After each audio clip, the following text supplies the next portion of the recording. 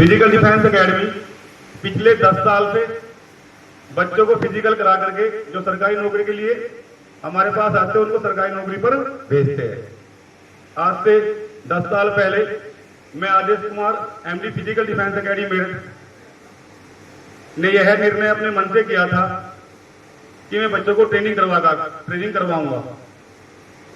कोई उसे मजाक में ले रहा था, कोई कैसे, लेकिन बोलते जो काम सच्चे मन से किया जाता है और सच्चे निश्चय से किया जाए उसमें इंसान पक्का ही सफल होता है। और काम भी एक अकेला मेरे लिए मेरा फायदा होगा। यह काम ऐसा था जिससे कि अपने क्षेत्र के जितने बच्चे हैं जिनको ये पता नहीं है सरकारी नौकरी कैसे मिलती है, उनको मोटिवेशन करना, उनको उन गलत रास्तों से बाहर निकालना जो आज की जनरेशन ज्यादातर पड़ी हुई है। पता नहीं कितने लगते मन के अंदर भरे हुए थे और तब जाकर के 10 साल पहले फिजिकल डिफेंस एकेडमी खोलने का बेड़ा उठाया था। धीरे धीरे करते करते आज फिजिकल डिफेंस एकेडमी की तरफ से लगभग 9000 बच्चे सरकारी नौकरी कर रहे हैं और सच्चे मन से देश की सेवा कर रहे हैं, साथ साथ अपने माँ बाप की भी सेवा कर रहे हैं। मैं अगर दूसरे शब्दों में ये कहूं कि इसमें मेरा ही हाथ है वो गलत होगा, क्योंकि कोई भी इंसान किसी कार्य को करने की क्षमता रखता है, उसके अंदर खुद भी एक मोटिवेशन आता है। उसमें सबसे ज्यादा जो अधिकार होता है वो आसपास की जनता या उस गुरु का परिवार जो उसको साथ देता है। जैसे कि आप देख सकते हो, मेरे पिताजी तो मेरे बीच में नहीं है, लेकिन मेरे छोटे चाचा पापा के समान आज आपके साथ बैठे हुए हैं। मेरे परिवार का इस लक्ष्य यहां तक आने में, मुझे सफल करने में और मेरे बच्चों को भर्ती करवाने में बहुत बड़ा हाथ है। उन्होंने आज तक मुझे आप लोगों से दूर नहीं होने दिया है। बोलते हैं काम तो बहुत होते हैं, नौकरी और बिजनेस में बहुत फर्क होता है। बिजनेस या किसी संस्था को खोलने के लिए जो सबसे इंपॉर्टेंट मुख्य चीज है वह है उसमें समय देना, और वो किसी के पास नहीं है। आज की डेट में लगभग जो भी बिजनेस कर रहे हैं उनके पास में एक काम नहीं है, 100 काम है।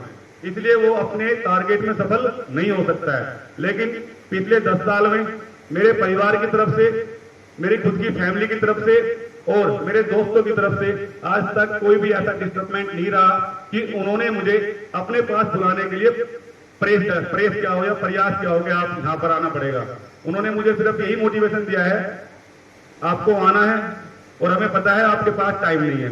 बाजी बेर तो इतनी खास शादियां मुझसे मिस हुई है, ऐसे ऐसे फंक्शन जो आदमी नहीं कर सकते, क्योंकि सबसे बड़ा इंपॉर्टेंट कार्य था आप लोगों को भर्ती करवाना। बोलते जो इंसान सबसे पहले अपने शौक को छोड़ देता है, अच्छा नहाना धोना, शानो शौकत, ये एक ऐसी चीज है जिसके पास पैसा आ जाता है, उसको पा करके वो पता नहीं अपने रास्ते से भटक जाता है। लेकिन आपके आदेश गुरु जी ने पैसा कमाया वो बात अलग है, मान सम्मान कमाया वो आपके सामने है।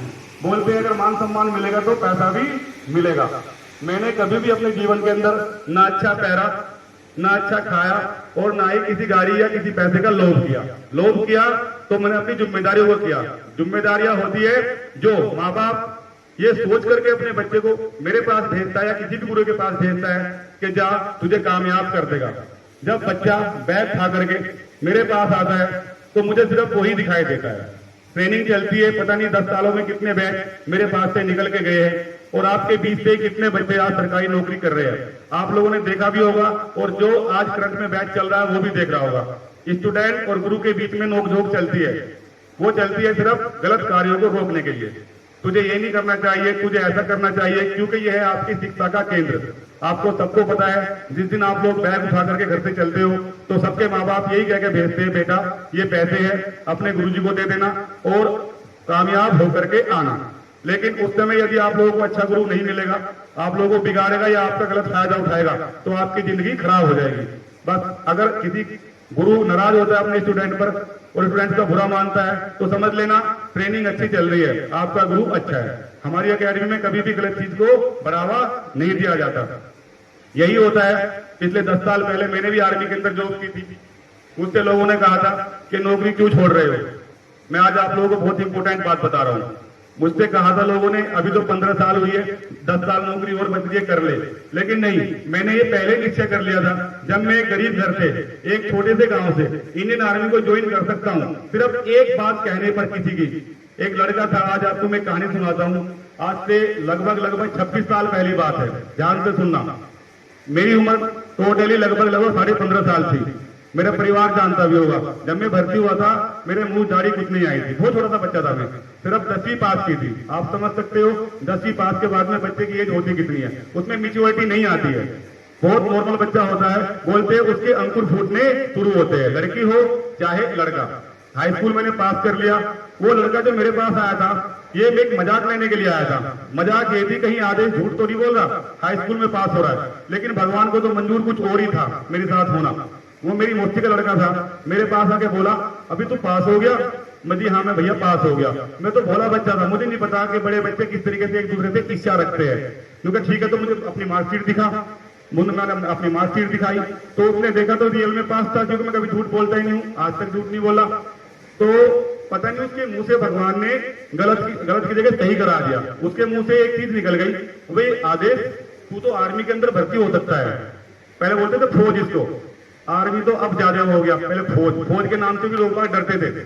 आपको पता होगा, अपने पापाओं से पूछना, एक फौज की नौकरी ऐसी थी जिससे माँ अपने बच्चे को भेजते हुए अपने पहले इतिहास में डरती थी, क्योंकि वहां पे थोड़ा सी दिक्कत रहती है और घर से बच्चा बाहर रहता है।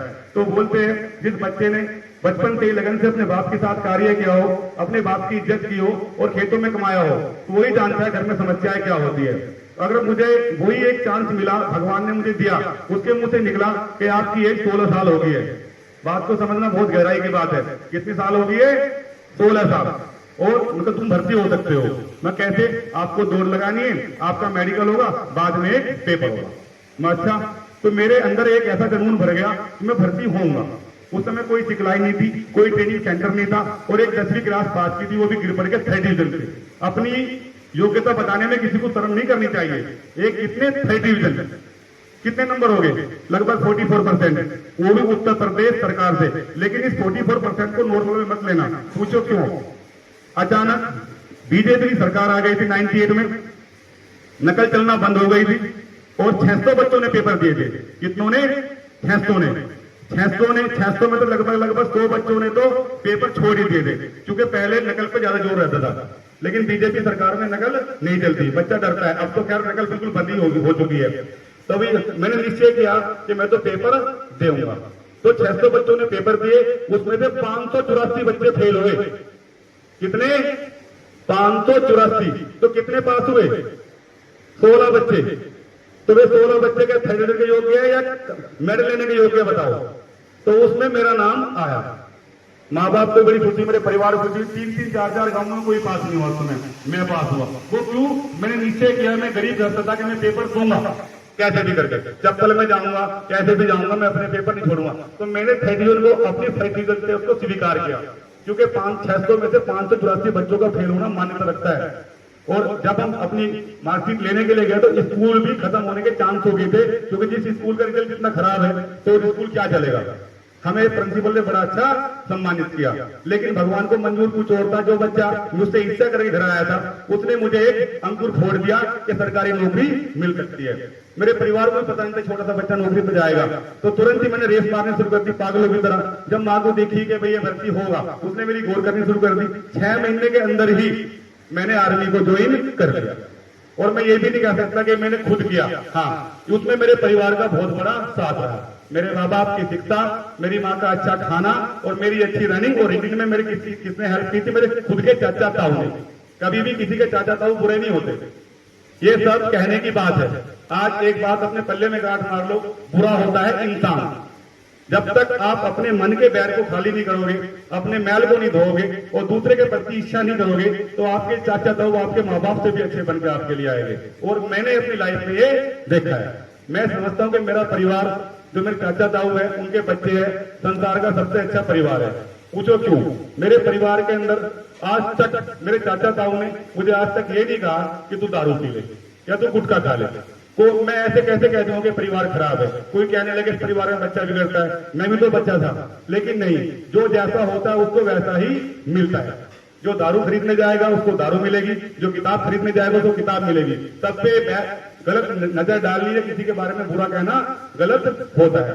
तो मेरी तरक्की के आगे जितना भी जिसका हाथ है वो है मेरा परिवार और आप लोगों का साथ। मैं तो उन माँ बाप से यही धन्यवाद कहना चाहूंगा, मेरा उन्होंने विश्वास किया पिछले 10 सालों में और अपने बच्चे को मेरे पास भेजा और मुझे इस योग्य समझा। आज लगभग 9000 बच्चे Indian army, Uttar Pradesh police, SSC, GD, CPO पता नहीं कहां कर जाकर के देश की सेवा कर रहे हैं और आज भी हमारे लिए बहुत खुशी का दिन है। आपको अवगत करा दूं अंत में, आज का जो प्रोग्राम है ये उन बच्चों के लिए रखा गया है जो पिछले 3 महीना पहले उत्तर प्रदेश पुलिस की भर्ती ऑर्गेनाइज हुई थी और उसका कंप्लीट सिलेक्शन हो चुका है और आज लगभग 41 बच्चे यहाँ से ज्वाइनिंग लेकर के उत्तर प्रदेश सरकार को ज्वाइन करेंगे और देश की सेवा करेंगे।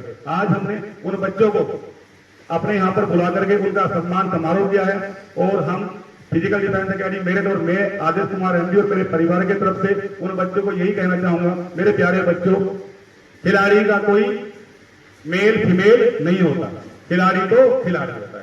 मैं सबसे पहले कोई भी लड़की भी मेरे पास आती है मैं उसको लड़की के रूप में देखता ही नहीं, आपने देखा भी होगा। आदेश गुरु जी की अगर कमची उठ गई तो वो खाली जाएगी, मैं ये देख के नहीं मारता कि लड़की वो क्या कहेगी, मारो। अगर वो गलती कर रही है, वो किसी प्रोग्रेस को नहीं करी तो पीटने का वो अधिकार रखती है। तो मैं तुमसे यही कहना चाहूंगा, अगर आप लोगों ने इसको स्वीकार कर लिया है कि लड़की का कोई मेल फीमेल या खिलाड़ी का नहीं होता तो आगे भी आपको यही ड्यूटी निभानी है। फिजिकल डिफेंस अकेडमी ने आपको अच्छी शिक्षा दी है। आज सरकारी नौकरी पे जा रहे हो, अपने माँ बाप की सेवा करोगे, अपने देश की सेवा करोगे, हो सकता है वहां भी कल आपके साथ शोषण हो, लेकिन घबराना नहीं है, हमेशा सबके रास्ते पे चलना है। क्योंकि मैं आपका आदेश गुरु जी और आपके माँ बाप जो आपको ट्रेनिंग पर भेज रहे हैं उनको यही सोच करके भेजेंगे हमारी बच्ची हो लड़का हो वो अच्छे से ट्रेनिंग करो, किसी के दबाव में नौकरी ना करे। बोलते हैं जिसका मान सम्मान खत्म हो गया तो उसके पास क्या पैसा और क्या नौकरी, ऐसी तो नौकरी करनी भी नहीं है। लेकिन अगर आप सच पे चलोगे तो आपकी कोई नौकरी भी छुड़ाने वाला नहीं है। तो मैं अंत में यही कहना चाहूंगा, भगवान आप लोगों को अच्छी तरक्की मिले और आप उत्तर प्रदेश सरकार के अंदर एक अच्छा सैनिक बनो और ईमानदारी से अपनी नौकरी करो और अपनी सरकार का हाथ बढ़ाओ और अपने माता पिता के प्रति हमेशा रेस्पेक्टेबल बन के रहो और आपका जीवन अच्छा चले। धन्यवाद। जय हिंद, जय भारत।